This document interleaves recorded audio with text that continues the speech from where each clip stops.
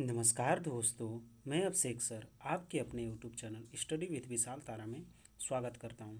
जैसा कि हम लोगों का कल हम लोगों ने देखा था रीट का सीडीपी हम लोगों ने रीट का सीडीपी जिसमें 2011 से पूछे गए प्रीवियस ईयर क्वेश्चन पेपर का हम लोग डिस्कशन कर रहे हैं, जिसमें हम लोगों ने कल 15 क्वेश्चन को हम लोगों ने देखा था। आज हम लोग जानेंगे 16 से लेकर 30 तक के क्वेश्चन को हम लोग जानेंगे जो 2011 में क्वेश्चन पूछा गया था। और आपकी ये क्लास क्या है? दूसरी क्लास है। क्या है आपकी? ये दूसरी क्लास है और इसमें क्या है, संपूर्ण प्रीवियस ईयर क्वेश्चन पेपर का आपको क्या मिलेगा, एनालिसिस देखने को मिलेगा। और जो आपका प्राइमरी लेवल है उसके लिए क्लास है। और जो आपका ये क्लास डेली चलता है मंडे टू सैटरडे, डेली शाम 6 बजे अभिषेक सर के साथ ये क्लास प्रोवाइड की जाती है। और देखिए बिल्कुल ऐसा ही पेपर आता है, आपको डरना नहीं है। तो आइए अपने क्लास को शुरू करते हैं। आइए हम लोग शुरू करते हैं 16 नंबर के क्वेश्चन को। हम लोगों ने कल 15 नंबर क्वेश्चन को डिस्कस कर लिया था। आइए 16 नंबर क्वेश्चन देखते हैं। क्वेश्चन क्या कह रहा है कि कुछ लोगों का कहना है, क्या कह रहा है, कुछ लोगों का कहना है कि जब बालकों को गुस्सा आता है तो वे खेलने के लिए चले जाते हैं जब तक कि पहले से अच्छा महसूस नहीं करते हैं। उनके व्यवहार में कौन सा प्रतिरक्षा तंत्र प्रतिलक्षित होता है? पहला ऑप्शन आपका क्या दिया है? पहला ऑप्शन दिया है प्रक्षेपण, और दूसरा ऑप्शन दिया है विस्थापन, तीसरा ऑप्शन दिया है प्रतिक्रिया निर्माण, और चौथा ऑप्शन दिया है उदात्तीकरण। तो आपका राइट आंसर कौन सा हो जाएगा? आपका राइट आंसर हो जाएगा ऑप्शन नंबर आपका बी। क्या हो जाएगा? ऑप्शन नंबर आपका कौन सा सही हो जाएगा? बी हो जाएगा। यानी जब तक उनमें विस्थापन नहीं होगा तब तक वो क्या करेंगे, अपने आप को क्या करेंगे, अच्छा महसूस नहीं करते हैं। आइए इसके डिस्कशन को देख लेते हैं। देखिए क्या कह रहा है कि उपयुक्त प्रश्न में विस्थापन यानी प्रतिरक्षा तंत्र का उदाहरण है। विस्थापन में क्या होता है? विस्थापन का मतलब एक स्थान से दूसरे स्थान में क्या हो जाना, परिवर्तित हो जाना। विस्थापन में बालक गुस्सा दिलाने वाली परिस्थितियों से निकलकर कम गुस्सा दिलाने वाली परिस्थितियों के प्रति क्या होता है, अनुक्रिया करने में अपने तनाव या गुस्से को क्या करता है, कम करने लगता है। आइए 16 नंबर क्वेश्चन हो गया। आइए 17 नंबर के क्वेश्चन को हम लोग देख लेते हैं। 17 नंबर क्वेश्चन क्या कह रहा है? देखिए 17 नंबर आपका क्वेश्चन क्या कह रहा है? क्वेश्चन कह रहा है कि क्या समायोजन से तात्पर्य स्वयं को, क्या समायोजन से तात्पर्य स्वयं का विभिन्न परिस्थितियों में अनुकूलन करना ताकि संतुष्ट किया जा सके। क्या किया जा सके? संतुष्ट किया जा सके। पहला ऑप्शन है दूसरे को, दूसरा ऑप्शन है प्रेरकों को, तीसरा ऑप्शन है उद्देश्यों को, और चौथा ऑप्शन है आवश्यकताओं को। तो आपका राइट आंसर क्या हो जाएगा? आपका राइट आंसर हो जाएगा ऑप्शन नंबर आपका डी सही हो जाएगा। कौन सा हो जाएगा? ऑप्शन नंबर आपका डी सही हो जाएगा। किसको पूरा करना है? संतुष्ट करना है, आवश्यकताओं को संतुष्ट करना है। आइए इसके डिस्कशन को देख लेते हैं। देखिए क्या करें कि जो आवश्यकताओं को पूर्ण करने के लिए बालक में जो प्रेरणा का जन्म होता है, क्या होता है, जैसे मान लीजिए कि हमको क्या चीज़ की आवश्यकता है कि हमको रीट पास करनी है। क्या करनी है? हमको रीट का एग्ज़ाम क्या करना है, पास करनी है। तो उसके लिए हम देखेंगे कि क्या क्या हमको पढ़ना है कि हमारा रीट का एग्ज़ाम क्या हो जाए, पास हो जाए। देखिए तथा बालक अपनी आवश्यकताओं को पूर्ण करने के लिए परिस्थितियों के साथ खुद को क्या करता है, समायोजित करने एवं स्वयं को परिस्थितियों के अनुकूल बनाने का क्या करता है, प्रयास करता है।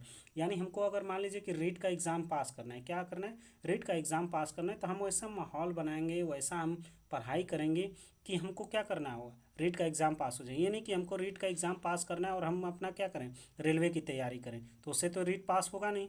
तो इसलिए आपका जो भी एग्ज़ाम है उसके पर्पज़ से हमको क्या करना है, उस एग्ज़ाम का तैयारी करना चाहिए।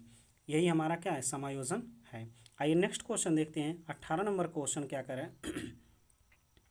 18 नंबर क्वेश्चन क्या कह रहा है कि निम्न में से कौन सा व्यवहार भावनात्मक बाधा को प्रदर्शित नहीं करता है? क्या कह रहा है? निम्न में से कौन सा व्यवहार भावनात्मक बाधा को प्रदर्शित नहीं करता है? पहला ऑप्शन दिया आपका क्या, बाल अपराध, दूसरा कमजोरों को डराने वाला, तीसरा भगौरापन, और चौथा स्वालीनता। तो आपका राइट आंसर हो जाएगा 18 का 18 का कौन सा सही हो जाएगा?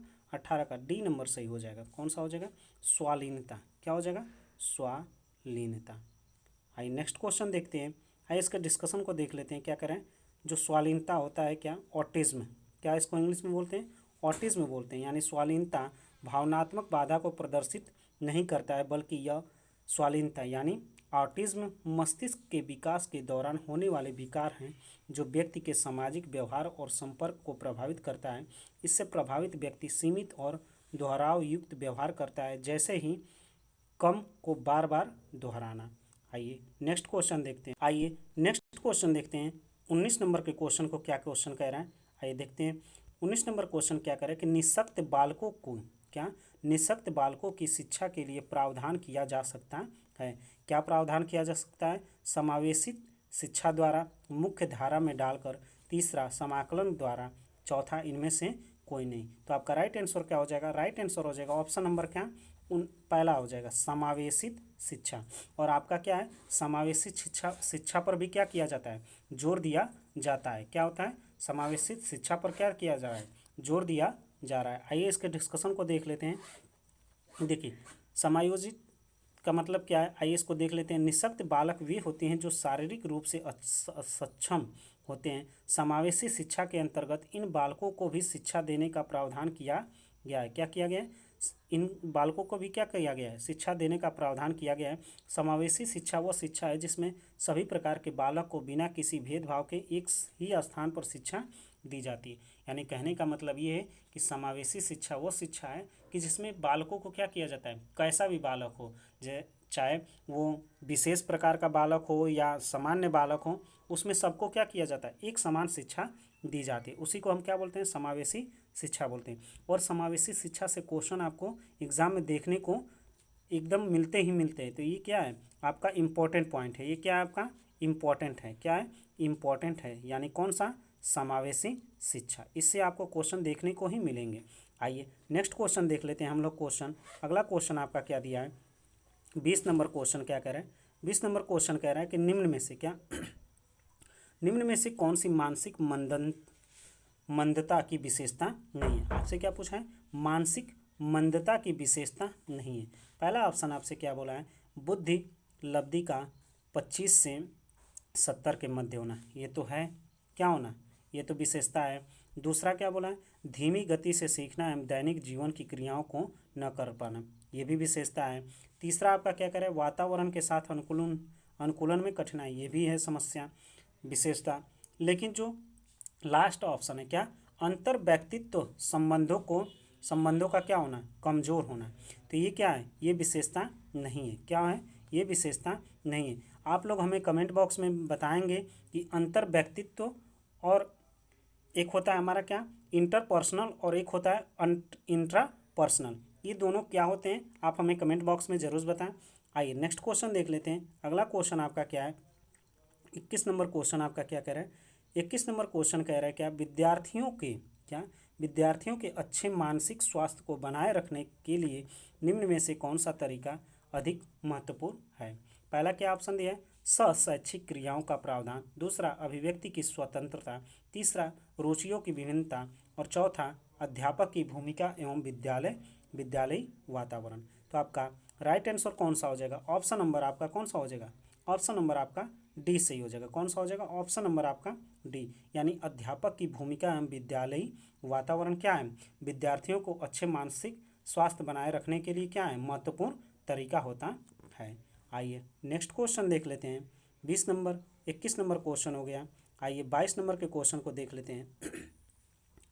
देखिए 22 नंबर क्वेश्चन आपका क्या करे? क्वेश्चन कह रहे कि कमजोर वर्ग के बालक कमजोर वर्ग के बालक से क्या तात्पर्य है? क्या आपसे पूछा है? कमजोर वर्ग के बालक से क्या तात्पर्य है? ऑप्शन दिया है ऐसे अभिभावक के बालक जिनकी वार्षिक आय कम है। नहीं, ये क्या है? आपसे क्या पूछा है? कमजोर बालक। कमजोर बालक का मतलब उसकी आय से नहीं होता है। दूसरा ऑप्शन बोला है कि ऐसे अभिभावक के बालक जो वंचित वर्ग से आते हैं। ये भी नहीं है। तीसरा ऑप्शन क्या बोला है? ऐसे अभिभावक के बालक जो गरीबी रेखा के नीचे सीमा रेखा में आते हैं। ये भी नहीं है। कमज़ोर बालक का मतलब होता है कि वो पढ़ाई लिखाई में क्या है? कमज़ोर है। ऐसे अभिभावक के बालकों से जो सरकार द्वारा निर्धारित न्यूनतम वार्षिक आय की सीमा से नीचे के वर्ग में आते हैं। क्या बोला? ऐसे जो आपके अभिभावक हैं, जो बालक क्या है आपके जो सरकार द्वारा निर्धारित जो न्यूनतम वार्षिक आय है। तो कौन सा ऑप्शन सही हो जाएगा? ऑप्शन नंबर आपका डी सही हो जाएगा। कौन सा हो जाएगा? ऑप्शन नंबर आपका डी सही हो जाएगा। आइए नेक्स्ट क्वेश्चन देख लेते हैं। अगला क्वेश्चन आपका क्या दिया है? अगला क्वेश्चन आइए 23 नंबर क्वेश्चन को देख लेते हैं। 23 नंबर क्वेश्चन क्या करें कि शिक्षा का अधिकार अधिनियम 2009 में निर्दिष्ट किया गया है कि कक्षा 1 से लेकर 5 तक यदि प्रवेश दिए गए विद्यार्थियों की संख्या 200 से अधिक है तो विद्यार्थियों की अध्यापक की आवश्यकता अनुपात क्या होगी? 30 होगी, 40 होगी, 45 होगी या 50 हो जाएगी? तो आपका राइट आंसर कौन सा हो जाएगा? ऑप्शन नंबर आपका कौन सा सही हो जाएगा? ऑप्शन नंबर आपका बी सही हो जाएगा। कितनी हो जाएगी? 40 हो जाएगी। कितनी हो जाएगी? 40 हो जाएगी। आइए नेक्स्ट क्वेश्चन देख लेते हैं। अगला क्वेश्चन क्या है, देखिए जो आपका 1 से लेकर 5 तक में विद्यालयों के छात्र का जो अनुपात है 40 संबंधे 1 का होना चाहिए। कब? जब आपका क्या हो जाए 200 से अधिक हो जाते हैं। क्या हो जाते हैं? 200 से अधिक हो जाते हैं। अर्थात 40 विद्यार्थियों को पढ़ाने के लिए कम से कम एक अध्यापक की नियुक्ति होनी चाहिए। आइए नेक्स्ट क्वेश्चन देख लेते हैं। अगला क्वेश्चन आपका क्या बोला है? 24 नंबर क्वेश्चन क्या करें? 24 नंबर क्वेश्चन देखिए क्या करें कि क्रियात्मक अनुसंधान के संबंध में निम्न में से कौन सा कथन सही नहीं है? कौन सा कथन सही नहीं है? आइए ऑप्शन चेक कर लेते हैं। ऑप्शन क्या क्या दिया है, आइए इसको देख लेते हैं। पहला ऑप्शन दिया है कि यह अध्यापकों एवं शिक्षा व्यवसाय से जुड़े लोगों के द्वारा किया जाता है। दूसरा ऑप्शन दिया है यह किसी विशिष्ट समस्या के समाधान के लिए किया जाता है। तीसरा ऑप्शन दिया है व्यापक स्तर पर निर्णय लेने के लिए सूचना संकलन का कार्य इसमें किया जाता है। चौथा ऑप्शन आपसे बोला है स्थानीय स्तर पर रोज़मर्रा की समस्याओं के समाधान के लिए क्रियात्मक अनुसंधान किया जाता है। तो आपका राइट आंसर कौन सा हो जाएगा? आपका राइट आंसर हो जाएगा ऑप्शन नंबर कौन सा सही हो जाएगा? ऑप्शन नंबर आपका सी सही हो जाएगा। कौन सा हो जाएगा? ऑप्शन नंबर आपका सी सही हो जाएगा। कौन सा? व्यापक स्तर पर निर्णय लेने के लिए सूचना संकलन का कार्य इसमें किया जाता है। आइए नेक्स्ट क्वेश्चन देख लेते हैं। अगला क्वेश्चन आपका क्या दिया है? 25 नंबर क्वेश्चन क्या कह रहे हैं, आइए इसको देख लेते हैं। क्वेश्चन क्या कह रहे हैं कि निम्न में से कौन सा कथन शिक्षण के बारे में सत्य नहीं है? आपसे क्या पूछा है? सत्य नहीं पूछा है। तो शिक्षण में सुधार के लिए किया जा सकता है, ये सही बात है, लेकिन आपसे नेगेटिव पूछा है। शिक्षण औपचारिक और अनौपचारिक दोनों होता है, ये भी बात सही है। तीसरा बोला है शिक्षण विज्ञान के साथ साथ कला भी है, ये भी बात सही है। शिक्षण क्या है? अनुवेशन है, नहीं, ये बात क्या है? गलत है। क्या है? शिक्षण क्या है? अनुवेशन है, नहीं, अन्वेषण नहीं है। तो आपका राइट आंसर कौन सा हो जाएगा? ऑप्शन नंबर आपका डी सही हो जाएगा। देखिए क्या कह रहा है कि शिक्षण अन्वेषण नहीं है बल्कि शिक्षण सहचर्य की भूमिका निभाता है। यानी एक दूसरे से क्या है, हमको क्वेश्चन क्या पूछने की आज़ादी होती है कि बच्चे क्या कर सकें, पूछ सकें, जिसमें शिक्षक एवं छात्र दोनों का संबंध बना रहता है। ये नहीं कि शिक्षक और छात्र में ऐसा संबंध हो कि वो क्वेश्चन ही डर के मारे ना पूछ पाए, तो उसमें क्या होगा, शिक्षा का अच्छे से आदान प्रदान नहीं किया जा सकता है। आइए नेक्स्ट क्वेश्चन देख लेते हैं। अगला क्वेश्चन हमारा क्या दिया है? 25 नंबर हो गया है। आइए 26 नंबर के क्वेश्चन को हम लोग देख लेते हैं। 26 नंबर क्वेश्चन आपसे क्या बोला है, आइए इसको देख लेते हैं। 26 नंबर आपसे क्वेश्चन क्या करे कि राष्ट्रीय पाठ्यचर्या की रूपरेखा 2005 में गुणवत्ता आयाम शीर्षक के अंतर्गत अधिक महत्व दिया जाता है। किसको महत्व दिया जाता है? पहला ऑप्शन दिया है भौतिक संसाधनों को, दूसरा दिया शिक्षित एवं अभिप्रेरित अध्यापकों को, तीसरा ऑप्शन दिया है बालकों के लिए ज्ञान के संदर्भ में संरक्षित अनुभवों को, और चौथा ऑप्शन दिया बालकों के लिए संरक्षित अनुभव एवं पाठ्यक्रम सुधार को।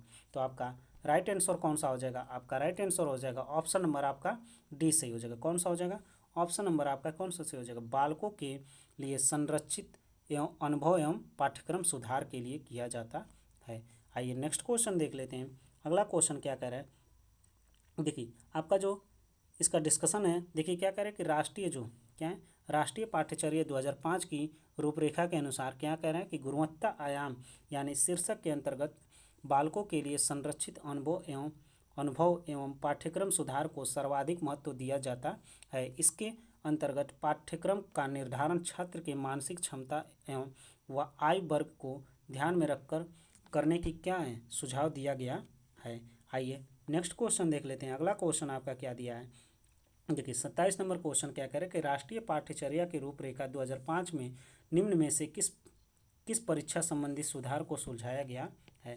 पहला ऑप्शन दिया है कक्षा 10 की परीक्षा ऐच्छिक हो, दूसरा ऑप्शन दिया है विद्यालय शिक्षा की विभिन्न अवस्थाओं पर राज्य स्तर की परीक्षा संचालन हो, तीसरा ऑप्शन दिया है प्रतियोगी प्रवेश परीक्षा को ऐच्छिक हो, और चौथा दिया है इनमें से सभी।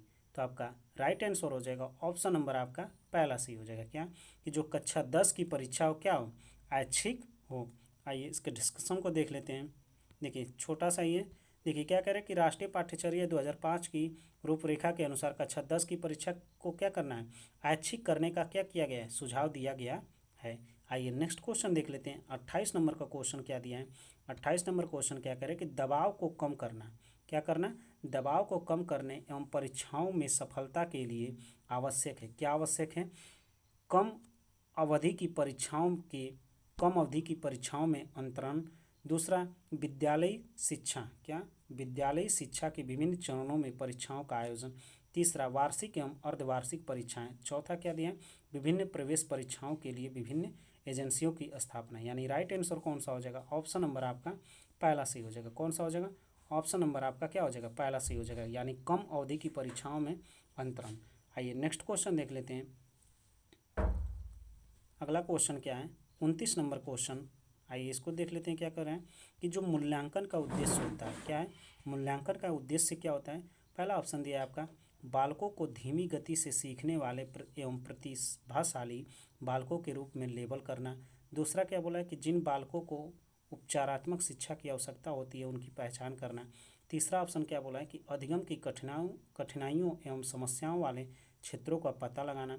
चौथा ऑप्शन क्या बोला है, उत्पादक जीवन जीने के लिए शिक्षा की सीमा तक तैयार कर पा रही है का पुष्टि पोषण प्रदान करना। तो आपका राइट आंसर हो जाएगा ऑप्शन नंबर आपका कौन सा, डी सही हो जाएगा। कौन सा हो जाएगा, ऑप्शन नंबर आपका डी सही हो जाएगा। क्या, उत्पादक जीवन जीने के लिए शिक्षा किस सीमा तक तैयार कर पाई है का पुष्टि पोषण प्रदान करना।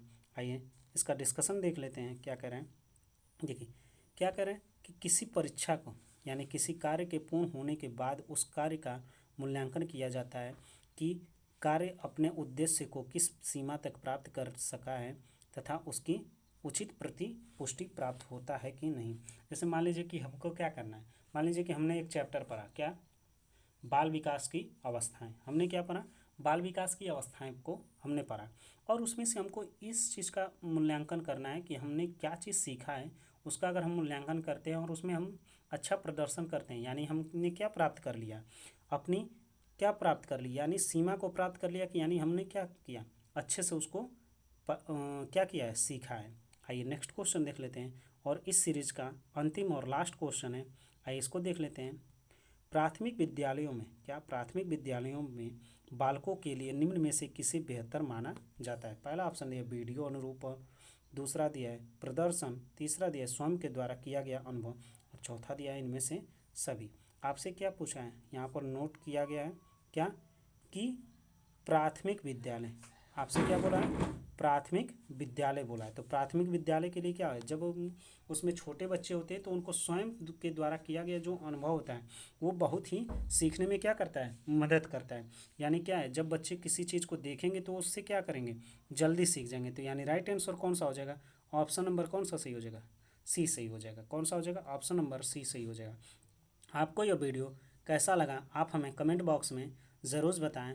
मिलते हैं नेक्स्ट वीडियो में, तब तक के लिए धन्यवाद।